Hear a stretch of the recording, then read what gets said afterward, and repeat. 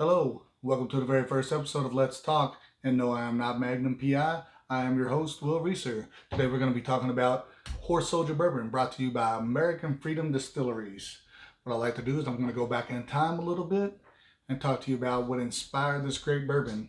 I hold this bourbon very near and dear to my heart, not just for the flavor of the drink, but also for the story behind it. So let's take you back. September 11, 2001, America was under attack. We went into a state of mourning and our military had to react. And that's exactly what they did. Operation Detachment Alpha 595 was contacted in the middle of doing a training run and notified that they would be going over to Afghanistan, partnering with some CIA members and gathering some intel on some anti-Taliban groups that wound up later becoming known as the Northern Alliance to partner with us. By October 19th, we were on the ground in Afghanistan. Crazy thing was, 48 hours before they arrived, they were told that they would be traveling by way of indigenous animals and not military vehicles. That's right, horses. The horses wound up proving to be a good strategy, as crazy as it seems, due to the fact that it allowed the troops to travel via nighttime, daytime, across the rugged terrains that maybe the military vehicles may not be easily accessible to. So once they got over there and they partnered up with the CIA team and the Northern Alliance, they wound up forming the Task Force Dagger. Primary objective was to liberate Mazar-i-Sharif. If I said that incorrectly, I apologize. Within 3 weeks, I think it was November 10th. That's exactly what they did. They liberated them, and then 3 weeks later, other regions of Afghanistan wound up becoming liberated as well. The crazy thing about it is the horseback riding, only 2 of the 12 Green Berets actually had any kind of training on how to ride a horse before this point. And that was typically by a Western saddle and the typical gear that comes with that. So they weren't typically used to traveling in the way that an Afghanistan man, which had much smaller frame, was used to traveling. So it wound up being a task that they wound up having to learn fairly quickly. Good thing is, Green Berets are known for their adapting and overcoming mentality. And that's exactly what they did. So they went over there, helped liberate Mazar-i-Sharif, and helped move things forward and helping liberate a lot more of Afghanistan throughout that time. Moving a little bit forward, that team was finally done with their part of the operation. They went on to retire down in St. Pete, Florida. John Coco, Scott Neal, and John Coco's wife, whose name is Elizabeth Pritchard Coco, had this idea that they wanted to use this military mindset to make a business. And so they went over to Yellowstone distillations over there, learning their distilling processes, liked what they saw, wound up going over to Ireland and Scotland and learning a lot about their distillation processes, and brought it back over here and started doing that down in St. Petersburg, Florida. They had a friend up in Columbus, Ohio, who actually was doing some stuff up there. Partnered with him. They were making a few hundred barrels here and there. They wound up getting distribution rights for 7 different states and the military exchanges. So it was really hard to find Horse Soldier Bourbon originally. The only reason I found out about it was I just happened to find a small article online one day, and it really piqued my interest given the history of it. So it wasn't until this past year that Kentucky actually had the availability of Horse Soldier Bourbon given to them. So finally, I wound up buying this set here. I wound up, they were doing a tour, a bottle signing tour, which I wound up meeting one of the actual horse soldiers himself. His name was Alexander Hernandez. He was part of the CIA portion of that whole deal. He actually had Green Beret experience before this whole deal went down.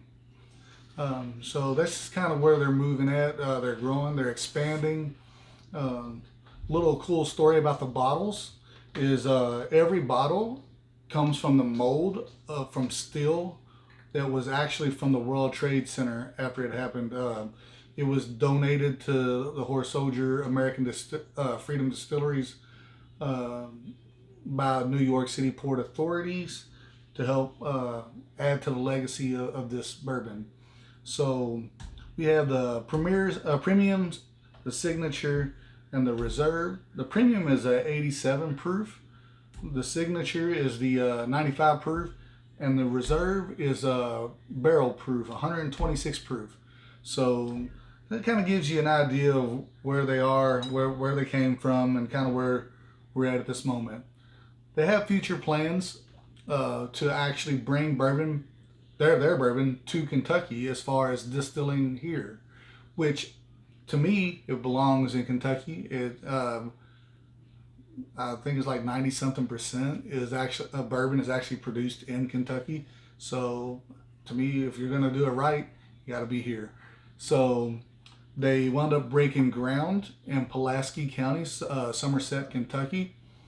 Is an old golf course. Is the land that they bought that looks right out over the Cumberland Lake, which is kind of cool because if you go back in time, the training mission that I told you they were working on when they got contacted to go to Afghanistan, they were actually doing their training in Pulaski County across that area. So they're bringing it all back together by coming back to Somerset, Kentucky.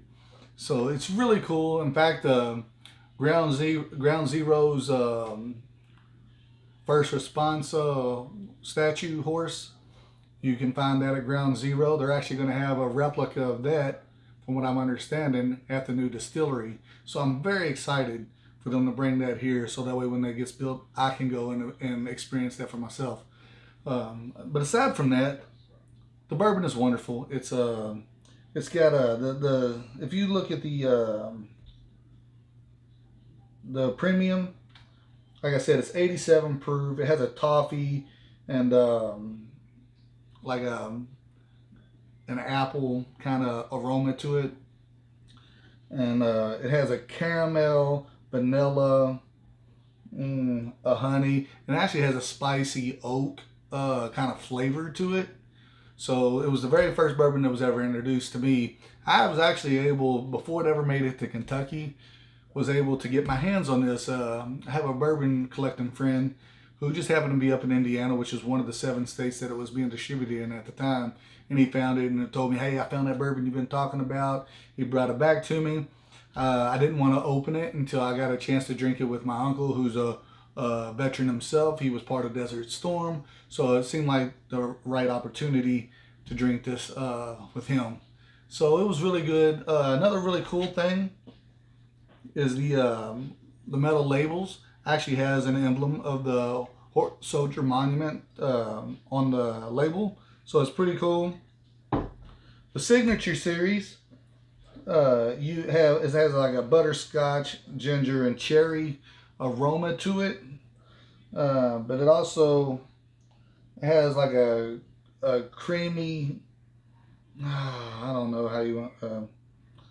Has a creamy toffee and a vanilla and an oak flavor to it. And then the reserve, like I said, is 126 proof. Some pretty stout stuff. It's also a butterscotch cherry aroma as well, along with some ginger. But the flavors it has is like butterscotch, oak, and it also has some floral notes to it. The cool thing about this particular bottle is when they finally released it in Kentucky, they did the bottle signing. Like I told you, I got to meet Alexander Hernandez. He signed this bottle for me personally. And then I had him sign 2 other bottles, one for my friend and one for my uncle. He signed a picture for me. So it was really cool. But the best part of that was, upon meeting him, he also told stories about what was going on, his involvement in it all. So it was really cool. So if you ever get to do a bottle signing, I don't know if you guys have ever went anywhere with our bottle signings, but this one was particularly special to me just because I'm a big supporter of the military. So hearing his stories was really awesome to have. So really, I mean, that pretty much narrows it down. I'm going to give you a list of some names real quick that I think are important. These guys were actually the horse soldiers themselves. That, like I said, the CEO and the COO are both horse soldier veterans. So you have John Coco, Scott Neal, Bob Pennington, Rob Schaefer, and Mark Nush.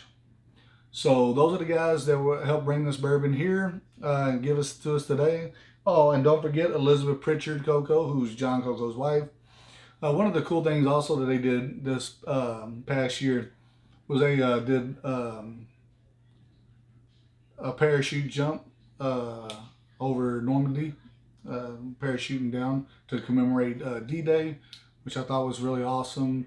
Like I said, along with the bottle signings. So these guys are really, they're the real deal. I mean, they are exactly what their bottle says they are. It's 100% a great story. It's 100% who these people are. So, Horse Soldier Bourbon, I can't say enough good things about it, other than the fact that I love the flavor, I love the story. I would love to meet more of these people at whatever events I can get to see them. But again, this is my first episode, so I know it's probably a little rough, but I do want you guys to know, if you have something you want to talk about, let's talk. You want to talk about bourbon, we can talk about bourbon. You want to talk about a small business that you're wanting to open up and get known, let's talk. You want to talk about your music, you're a musician, you want to get your music out there, let's talk. All in all, let's talk. Whatever is in your heart and in your mind and you want to get all out there and get known and recognized, let's talk. I hope the show does well and will get you guys recognized. But until then, I'm Will Reeser.